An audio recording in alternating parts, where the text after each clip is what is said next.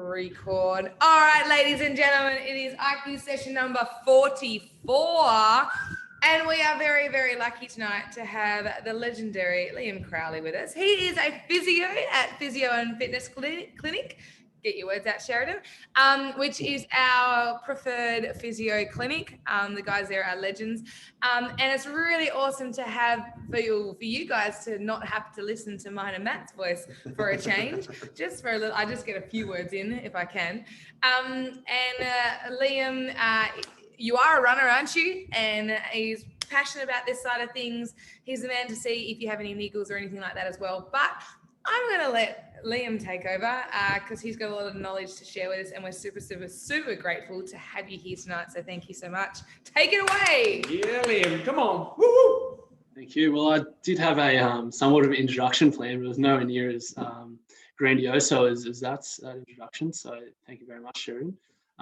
So I guess a little bit about me before we go into the presentation that I'll go through in a moment. As Sharon said, I do a fair bit of running. I actually compete in weightlifting at the moment, so running's been put on the back burner for the more serious side of things. I just mainly use it as a bit of headspace and to get out on a nice sunny day. So still getting out there a few times a week, but not as seriously as I have in the past. And then, as Sharon said, I'm a physio down here at Physio and Fitness Clinic in Seaford. And we love runners here, so we do a lot of running assessments, treat a lot of runners, and a lot of other things that we'll speak about in a moment. So, that's a small thing about me. I'm just going to, I have prepared a bit of a slideshow, which will be, we can be as flexible with that as we want. So if everyone's happy, I'll just share my screen now. Are you okay with that, Sheridan? Yep, perfect. Should be able to let you, otherwise I can... One person can share it. Oh, you might have to just enable that, unfortunately. It isn't quite letting me. Give me 2 seconds. Sorry, I should have given you a heads up about this. I'm going to make you the host, so you should be able to take over. Yep. All right. Change host. There you go. Go for it. Oh, yeah. Okay. So...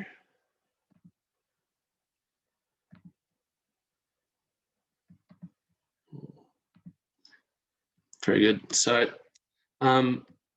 here's what we're going to go through today is just a beginner's runner's guide to staying injury free. So this came from a chat me and Sheridan and Matt had at the end of last year when she said that a lot of the members of the gym were looking to do some half marathons and starting to get into a lot of running around isolation. So we thought it'd be a really good idea to go through a bit of a guideline of how to not run yourself into a bit of injury if you are a beginner runner and starting to try and build up the Ks. So it's a very easy thing to do. So just a bit of an outline of what we're going to cover tonight. And it's going to, as I said, we're going to be a bit fluid and a bit flexible with things. If anyone has any questions, feel free to jump in. In terms of the main things we're going to cover is just firstly how to program your running, kilometres per week and that sort of thing, introduction to running technique, which is something we at Physio and Fitness Clinic work a lot on with our runners, and then how does strength training fit in with your injury prevention, and that'll certainly be very much linked to what you guys are doing in the gym, and then footwear and just some frequently asked questions. So we'll just go through a few things that commonly come up with beginner runners right at the end. So let's start with a bit of running programming. So first of all, running, I guess the errors in your running program, it tends to be the number one reason for why running injuries tend to occur. So, too much too soon or too much fluctuation in your running program tend to be the main errors. And also it's the thing that will result in either lack of motivation, overtraining, poor results, and all that sort of thing. In terms of performance, I'm not going to touch on too many things from my end. I'm obviously not a running coach that's not my side of things with sports science and that sort of thing. But I'm certainly going. With our runners, we certainly try and look at their program and make sure they're not making any mistakes to train themselves into the ground and cause injuries. So a few general rules that we'll typically go through with our beginner runners. And a beginner runner is someone who has been running for 2 years or less and is running typically it's under 5Ks, but it can still vary. So there's no one definition of a beginner runner. So generally what we give as a guideline is only 1 to 2 hard sessions a week. Okay, so this might be your really long run, or it might be some interval sessions, but if you, rather than running to your maximum distance or your maximum pace each run, typically only picking 1 to 2 days a week at which you're going to look to push that, and the other days of the week you're going to work within that. It's a bit like when you're at the gym. You're not going to go and do your 1 rep maxes every session. You're going to work with some working weights and just try and build that up more slowly. So and then in terms of, I guess, the running programming, what you're going to look to do is also try and work on different aspects of running.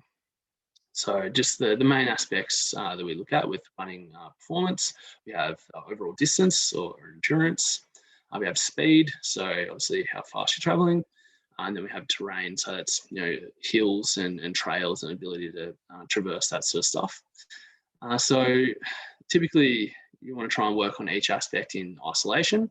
So if we it's easy with the example. So if we have an example of say a runner that is doing your maybe 4 sessions a week, we're going to pick one and we say, okay, this run's going to be your longer run. Okay, this is where we're going to push a little bit more, going to try and go a little bit further than we did last week.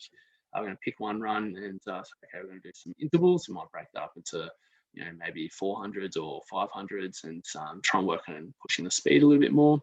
And then another run, we might just go nice and slow, take it easy, not go too far, and then you might try and find a bit of an interesting track to run on, so some hills and things like that. And then maybe have a rest run as well, so slow and short distance, because as I said, we only want 1 or 2 hard sessions a week.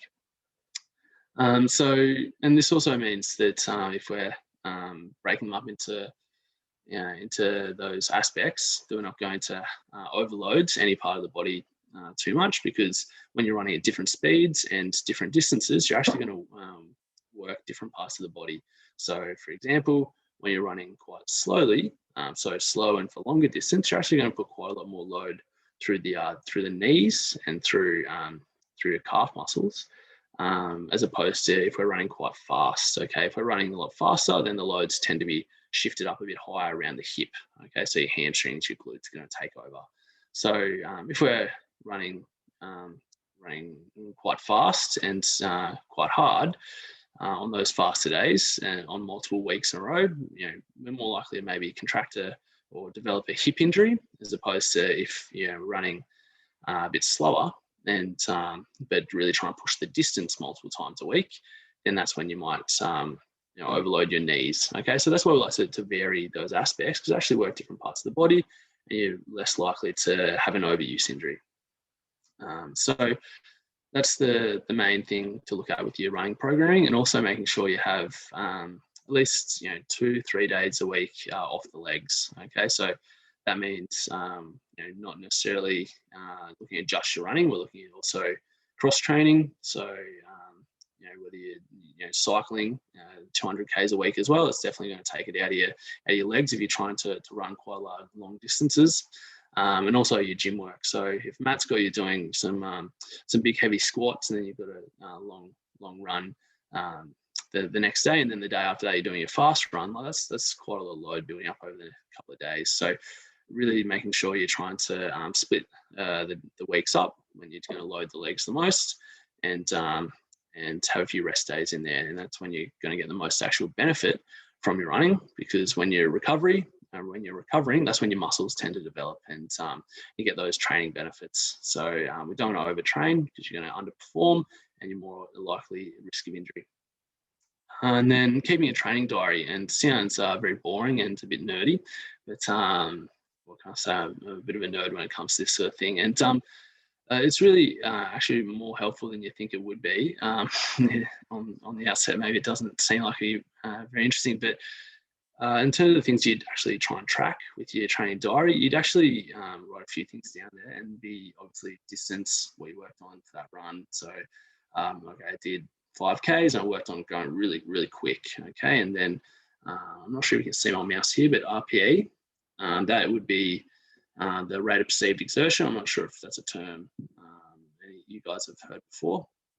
You typically want to rate that out of 10, and for your hard runs, it'd be okay for that to be 7 and above. For everything else, you want it to be sort of 5 and below.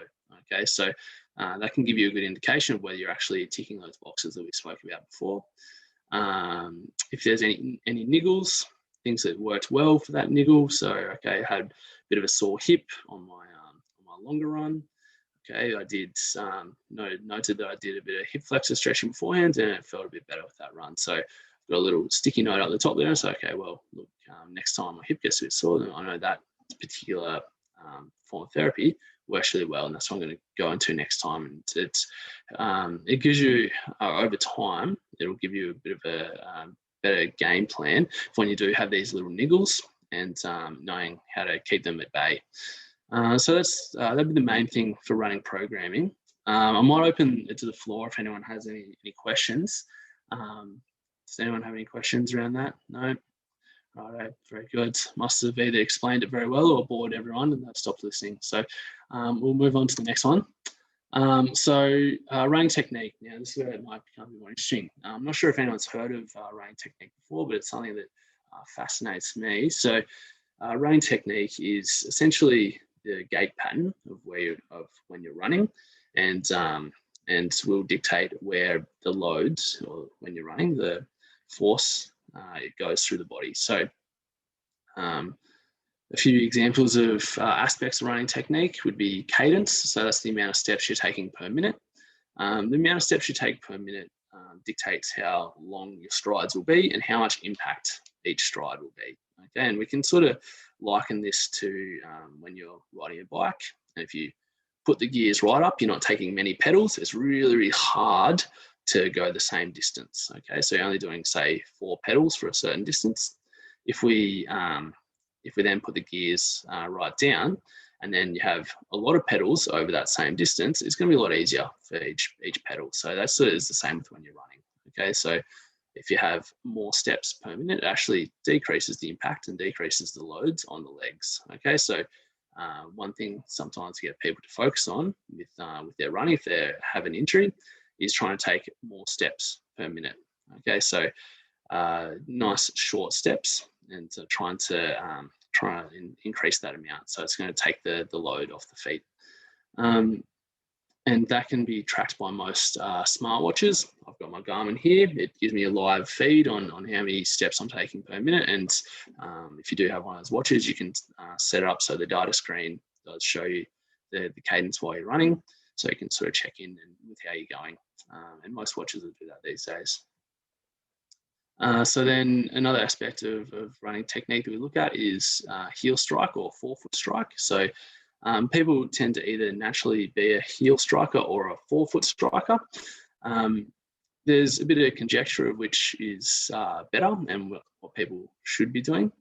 And it does vary between different running groups as well. So for example, your more elite runners, so your Kipchoge's and that sort of thing, would be all forefoot strikers, because they're running really, really quick. They're landing on their toes and springing off really fast. So they only have time to get their toes down, and it makes them a lot more efficient when you're running at those fast paces.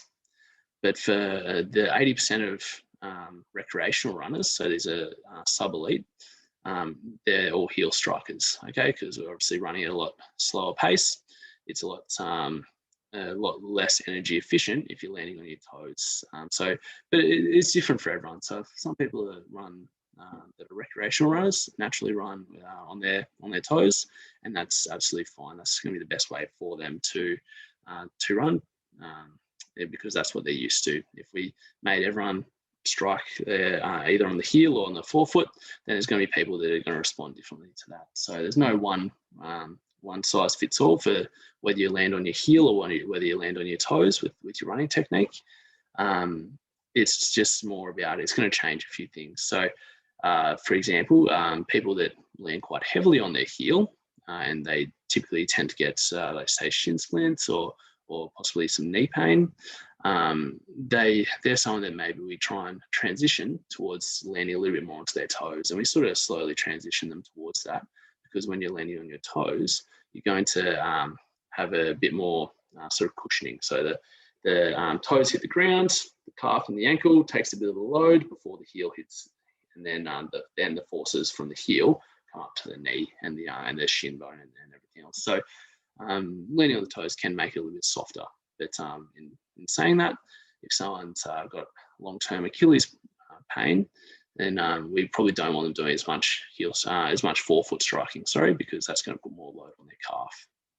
So that's maybe a little bit technical, but there's certainly not a one size fits all, and we can alter that to help people with injuries. So that's something for you to consider if you are very either hard on your landing on your heel, or you're staying up on your toes the whole time and feeling like your calves are getting really sore. Heel strike versus forefoot strike is something you can think about. In terms of stride width, this is something that we tend to see. This is something everyone would probably tend to see when they're running a track. You're running behind someone, and you can see they're doing the egg beaters, and they're coming across in front of their feet, and they might be clipping their heels every now and again, and that sort of indicates their stride width is very narrow because they're coming and landing across like a tightrope. Okay, so straight down the middle. Typically with our stride width, we want a little bit outside the center line. Okay, again, it's going to be different for everyone, but a few issues when you are coming a long way across is it can put a bit of strain on the outside of the knee and also the outsides of the hip. I'm a bit of a novice to here we go. Sorry, I've got a chat and I didn't know how to answer it, so I'm just figuring it all out. What do you suggest for handling shin splints? In terms of running technique, typically what we look at is actually trying to get people a little bit more onto their toes. So shin splints can come from various reasons. Typically, it's an increase in the impact, so foot hitting the ground quite hard when you're running, or either too much bend at the ankle, causing a bit of pronation, so when the foot tends to roll in. If you're up on your toes, you tend to keep your foot a bit more rigid, so it stops that sort of rolling in or out, and then also stops sort of cushions the shin a little bit. So I'd say like the toes coming down first, taking the load before the heel hits, and you have that impact come out the leg. But there's lots of other things that also contribute to shin splints, so I've oversimplified it there. Stride width is one that is really easy to look at. Is when you're running, you got most paths have the line down the middle, and just looking at where your foot lands in relation to that. If we're running straight on top of it, trying not to maybe piss the cyclists off as they ride past and you're shouldering them off the path, but it's a good way just to see where your feet are landing. Typically, if you are running straight down a line or straight over a line, you want to try and get an inch or two either side of that with your big toe. Be a nice thing to aim for. It's just a ballpark figure. Everyone's different. And then the last one we'll just touch on is just going to be what we call hip abduction, knee valgus, and foot pronation. Now, this is a movement that where your knee caves inwards, your thigh points inwards, and your foot sort of rolls in. And that's something maybe like Sheridan and Matt, you might see people in the gym, like when they're squatting and their knees are sort of coming together. It's that same sort of movement. And it can happen when you're running as well. And I'm sure your trainers here would be yelling at you or encouraging you to try and get your knees apart, and with your lunges and squats and things like that to get the glutes working and to also look after the knees. And it's the exact same thing when we look at the running. So by trying to avoid going into those positions, we can enhance the glutes and also avoid overloading the knees. So how do you best protect your knees when running down hills? Running down hills is a really tough one because obviously you're hitting you're having a larger distance for which you're falling because you're heading downhill with a bit of momentum, so it increases the impact. I don't have a really good answer for you. In a way, it is tougher. So running downhill is tougher than running on flat ground for the knees. Some strategies that some people have done is increase your cadence, like we spoke about before. So the smaller steps, the smaller the drop will be. You can also try to get a little bit more upright. Okay, so rather than leaning your body weight forward and again have the weight coming down the hill, try to stay upright, sink down a little bit lower. So again, you're just going to decrease that distance for when you're running and your foot's going to come hit the ground. So that's probably the best advice I can give. If you do get knee pain, usually we say just ease back into hills slowly, or try and at least do more sort of undulating sort of run, so you're not spending a lot of time going downhill, because it's quite tough. You can we'll speak about shoes in a moment, and that can be something that actually can help with downhill running. And the answer might surprise you what we would be looking at there. So let's hopefully I've answered anyone's questions. Does anyone have any other questions? No. Feel free to jump in at any stage if we do. The only other thing with running technique that I should mention is I've been quite technical here and sort of picked apart little parts of running technique, but essentially you just want to keep it fairly simple.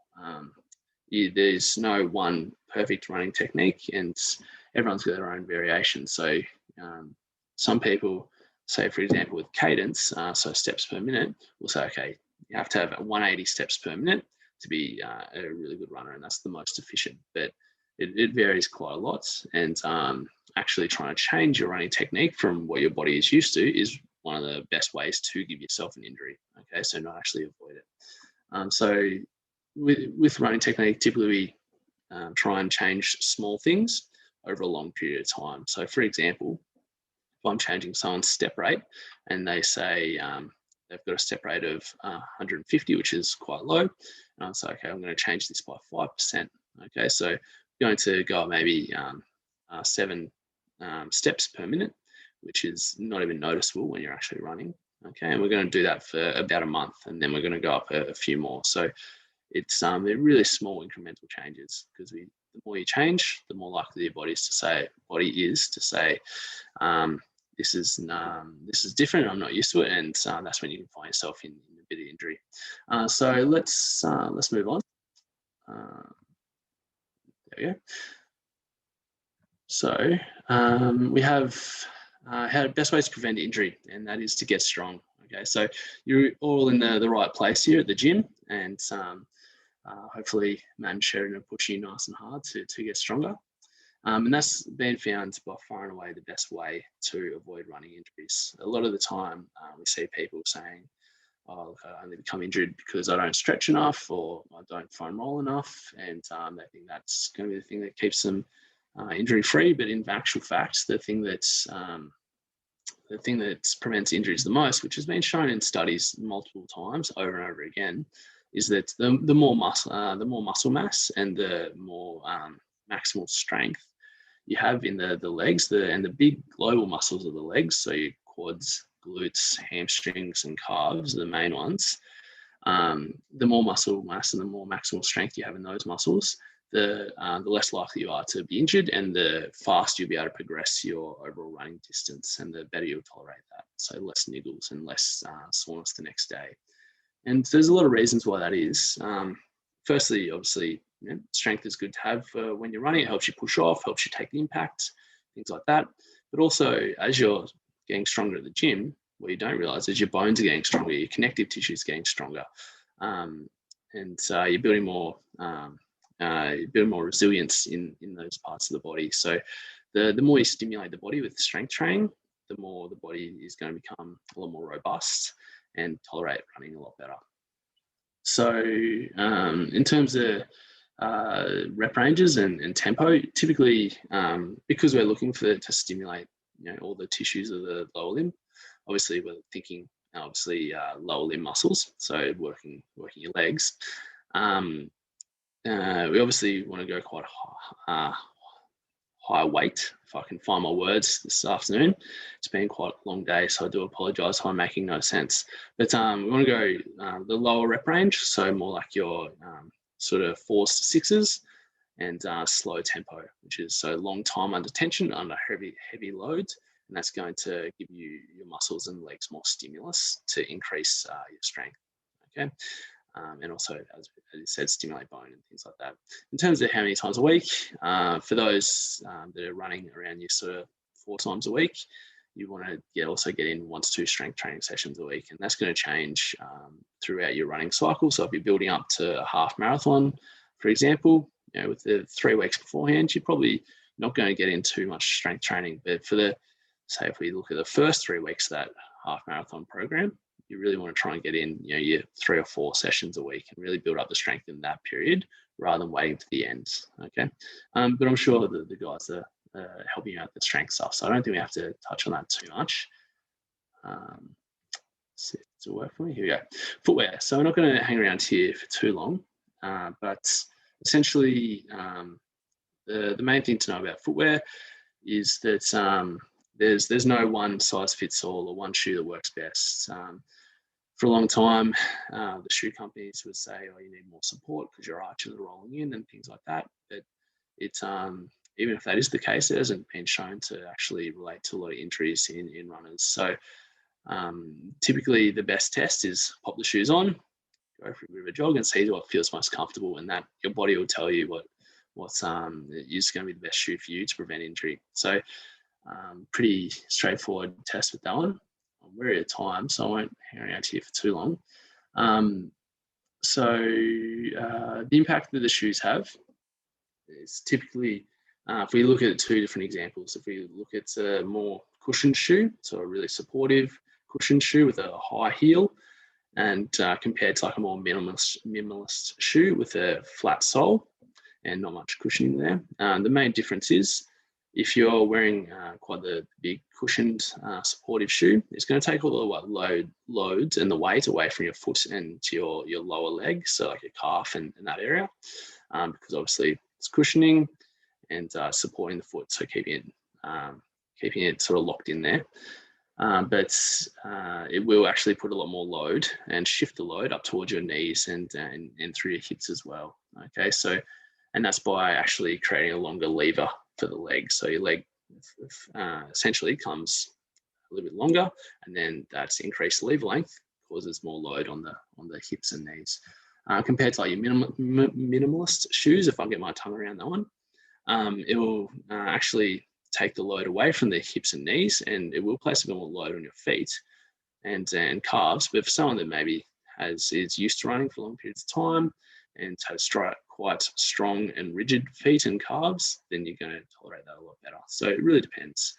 And then the only things to avoid really with shoes, so I'm fairly non-specific with shoes, as you can tell, but just making sure that there's no overhang over the end of your shoe. So that's the little bits. Make sure this isn't Sheridan.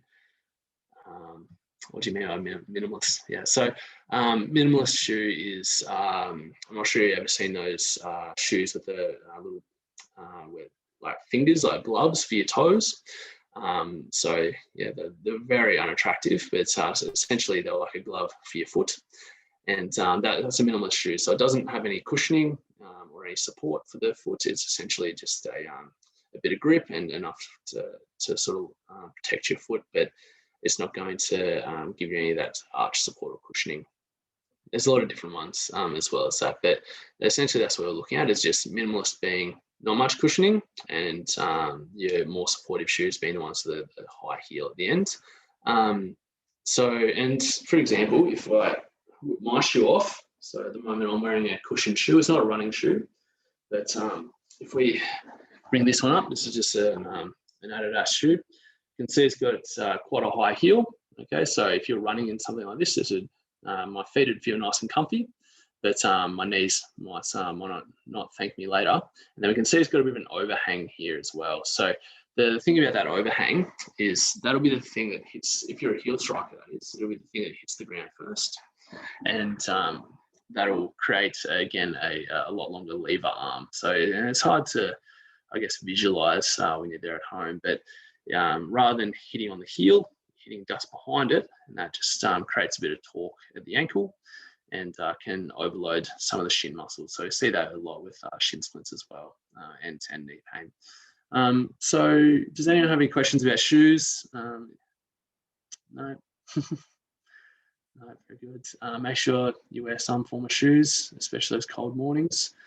I think the barefoot craze has finished, but previously people were just ditching their shoes altogether and trying to run barefoot, but which is fine for them, I suppose, but it just freaks me out a little. So we're just going to go through a few, I guess, frequently asked questions that I get by runners, get asked by runners, and maybe just bust a few myths as well. So the first one, I'll try not to go over time here, guys, because I know Sheridan and Matt are dying to tuck into their burgers and pizza. So stretching. So we always get lots of questions about stretching. So when do I stretch? Should I stretch? Should I stretch or should I foam roll? So first of all, should you stretch? If you're stiff in certain directions, then yes, you should stretch. If you don't have any massive deficits in, say, if you're someone who's quite hypermobile, so we see this in maybe dancers and people do lots of yoga and that sort of thing, doing more stretching isn't necessarily going to help your chance of injury. It may actually hinder that because you do need to have a bit of a balance between rigidity, so stiffness, and flexibility. So you need enough flexibility in running to be able to at least reach far forward enough to get your heel onto the ground and then push far back enough to push off the ground behind you and get your glutes engaged. But apart from that, you don't really need a whole heap of flexibility, in all honesty. You certainly need a lot more strength for running because of running being a lot more sort of impact related rather than requiring a lot of flexibility. So should you stretch if you tighten certain aspects, but otherwise it's not something that you'd put a high priority on. When should you stretch? Best time to do it is for those areas that you are a little stiff in and straight before you're running. It's not necessarily going to be something you do religiously, say morning and night. It's just going to have because stretching has a short-term effect, or that's when it has its biggest effect. Certainly before you run, you're going to get your bonus bang for your buck. Stretching versus foam rolling. So they do different things. For foam rolling, that's maybe something that you get less bang for your buck before a run because you're not necessarily going to get as big of flexibility benefits. You are going to increase your tissue mobility, and also it's going to aid recovery because it helps a lot of the, I forget the term now, but a lot of the byproducts of exercise are going to help get back up to the heart and out of your muscles, so you recover a lot better, but it's not necessarily going to give you the same flexibility benefits. So possibly foam rolling would be something you do after you run or on the days where you're a bit sore, whereas stretching is something you do just before you run. And that's just a general rule that's going to change for everyone, so don't quote me on that. I know I've stuffed up something here. Oh. Here we go. All right, we're back. So I'm not sure if anyone has heard of the 10% rule, and that way of increasing your distance, but essentially a lot of people have promoted a rule by which you just increase your distance by 10% each week, and that's how you get to run long distances. Does it work? In some aspects it does. As we said before, with our running programming, you need to try and work each aspect individually and in isolation. So it doesn't necessarily work for everything, just more your longer distance runs. And also it doesn't necessarily work for those that either run quite low distances, so under, say, 2Ks, or quite high distances, say over your 100Ks a week. Okay, for example, if you're just doing 1K continuous runs at the moment, you just started getting down onto the track.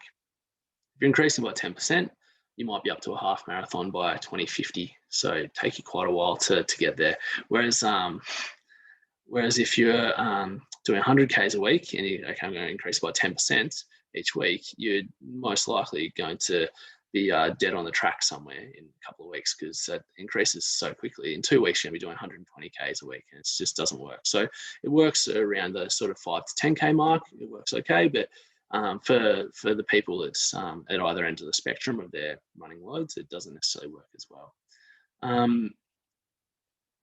And then another thing, a statement I get from people is, I'm mindful of time again, I apologise guys, but one thing I hear is when I try and get people into doing strength training and they're runners, they don't really like the gym because runners avoid the gym, they like running. They say, oh, but won't strength training maybe bulky and really slow? I want to run fast. I want to run long distances. And it's funny because I had this same question when I was about maybe 20 years old. I was a physio and I was doing some sprint training. I went up to the I was talking to a trainer that I was working with at the time, and he was talking to me about some things, supplements and strength training. And I said, oh, but look, I don't want to put any weight. And he said, look, he just laughed at me and said, look, if you could, I'd be very impressed, because it takes the guys that are working as hard as they can and to try and put muscle on, takes them years and years. And if you think you're going to put on a couple of kilos of muscle in a few weeks, then you're kidding yourself. So I didn't worry about it too much after that. So essentially, no, it won't make you bulky and slow. Strength actually is one of the things to actually make you run faster. I think we already touched on it's best to be a 4-foot or barefoot runner. How long do I need to train for 10K, half or full marathon? So it really depends on your running history timeline. So if you're someone who's been running for quite a long time, then it certainly can be a lot quicker than someone who's been running for quite a short time. So for example, if you're in your first 2 years of running, then we're looking at maybe more the 6-month mark, okay, to achieve the half marathon sort of stage. Whereas if you've been running for your whole life, even if it's on and off, and you've got enough strength, then possibly 4 months might be enough to build to a full marathon. It really depends. So you need to respect the adaptation timeline of the body. We know how long it takes to build strength in the gym. So if your maximum squat is at 50 kg and you expect to then quadruple that in 2 months, it's very unlikely. And it's the same if your maximum distance is 5Ks at the moment and you're thinking, okay, I'm going to quadruple that in a few months. It's going to be very tough. So you need to respect that adaptation timeline for the body. And what sort of core training is required for runners? Not the 6-pack kind. So we're not looking to build abs to look out at the beach. It's more about trying to learn the control around the pelvis and really learning how to tilt the pelvis and use those lower ab muscles in the pelvic floor and that sort of thing. So you'd be staying away from your hanging L sits and your Russian twists and things like that, and doing more your control sort of work for the abs. Okay, I'm sorry I have gone over time. I do apologise, guys, but I'm all finished. So if you do have any questions, feel free to shoot far away.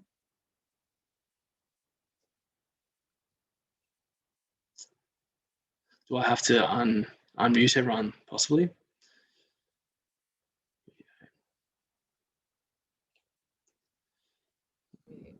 Oh, there you go, legend. Thank you. Nicely done. Oh, Liam, that was awesome. That was a really cool range of knowledge too. Like it wasn't just, you covered everything, which is really, really awesome. And I guess for the people that are local that are watching this now and later, when would you suggest that they come and book in with you? Like, is it before they start running, just when they get niggles? Like, tell us about how we can come and see you. Yeah, so in terms of when is best to touch base with a physio, certainly better to get into things before they become a problem. So the sooner the better. Usually if you're someone who's embarking on quite a challenging goal, so you haven't really ever been a runner before and you're looking to get into compete in a half marathon, then I think it would be a really good idea to get an assessment at the start, get a game plan together to make sure you don't find yourself being hampered by injuries down the track. Because there's so many injury prevention strategies that we can implement. It's so much easier to do that early rather than trying to fix an injury down the track, because that's heaps harder. You have to allow time for healing, and it really does hold your training back quite a lot.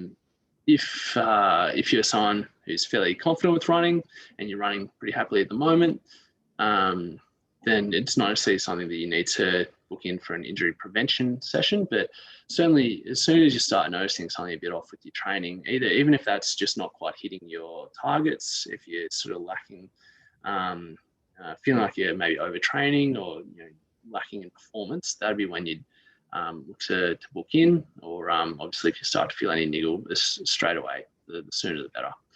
Because as I said, firstly, the sooner the better when you're trying to resolve an injury, but also if you can get on top of things when there's something in the not quite become an injury yet, but there's something in the works, it's easier to sort of nip it in the bud and then get back to your running training.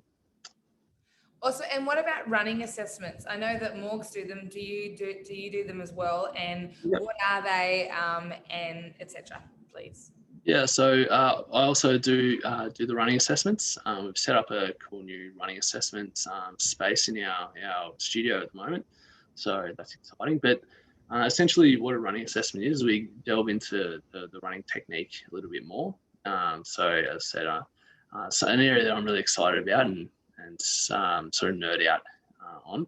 And then in terms of what it involves, is we look at getting on the treadmill, have a look at your running technique, sort of get a bit of a gauge for areas that you might come into in a bit of an injury, and then try and change aspects of your running technique to try and avoid that. And we also go through your general strength screening and performance measures to make sure if you do have strength deficits or flexibility deficits, we pick that up at the start and then get a plan to try and resolve that. So it encompasses all aspects of running. So it's a good place to start if you are someone who isn't confident running or you have had niggles in the past. Melinda's just got a question there too. Can you take up running again after knee problems related to running from earlier in life? Yeah, absolutely. So there's a bit of a myth, or I'm not sure where it came from, but a lot of people sort of like, running's bad for your knees, it destroys your knees, they only have so many Ks left in them. Not sure if it's just an old school sort of thing from doctors, possibly. Don't want to put the blame on them. I'll retract my comment, but or it's just an old wives' tale maybe. But there's no reason to say that having a knee injury previously would stop you from running in the future. There's so many things you can do to try and circumnavigate that problem and avoid loading the knees. We just spoke about changes in footwear, changes in running technique, strengthening, and that sort of thing that we can do to avoid loading the knees to make it a lot more comfortable with the running. And also, the knees aren't necessarily more susceptible to injury, or the knee pain isn't worse than any other injury in the legs for runners. So it's very much there's no one injury that will put you out of action with your running. That's awesome. Cool. And were there any other questions? Anyone else? No, we're good. Oh, Liam, we are so grateful for your time tonight and for your knowledge and wisdom. That was really, really awesome. And can we also refer people to you to come and get the right footwear advice as well? Like, is that something that you could recommend as well? So we don't have shoes in our clinic.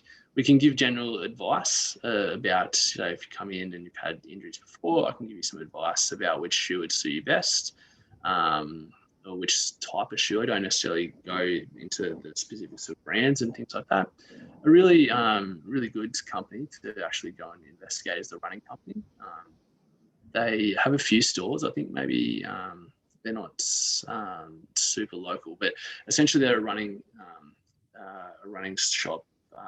shoe shop that sells running shoes to runners, and they get them on the treadmill, and they have podiatrists and physios that work there. So they do a running assessment with the people in the shoes, and it's really cool. So, and they have obviously the access to the shoes there, which we don't. So as I said, I can guide you, but if you really looking to get the right fit, I'd go and look up the Running Company. Yeah, even just the guidance is such a powerful thing too, because I know that even for me, before I was educated, I just used to think that the most expensive shoe was the best. And turns out that the most expensive shoe is the most stable and structured shoe, and I actually need a neutral shoe. So I was running for years in the wrong shoe just because I thought I had to spend more money. Wasn't the case, saved myself some dollars and some injuries, so go me. So I highly recommend getting into that, guys. But seriously, Liam, we're so grateful. We are going to have Liam back when we can as well, and to address some other things in his specialty as well. But we're just so grateful to have you here. That's a wealth of knowledge. And guys, if you are local to Frankston, Seaford areas, here's your man to go see down at Physio and Fitness Clinic in Seaford, just off Hartnett Drive. But yeah, Liam, thank you. No worries. Well, I was hoping to come down and talk about some more gym-related injuries in the future. So hopefully we'll be able to organise that. We will. So thank you so much for having me on today. It's nice. It was awesome to have a chat to all you guys. So enjoy the running and hopefully get to the half marathon soon. Yeah, Awesome. Thank you so much. You're the man. Thank you guys. Thank you. Thanks for investing Yeah, in guys. us, guys. I appreciate you. Mwah.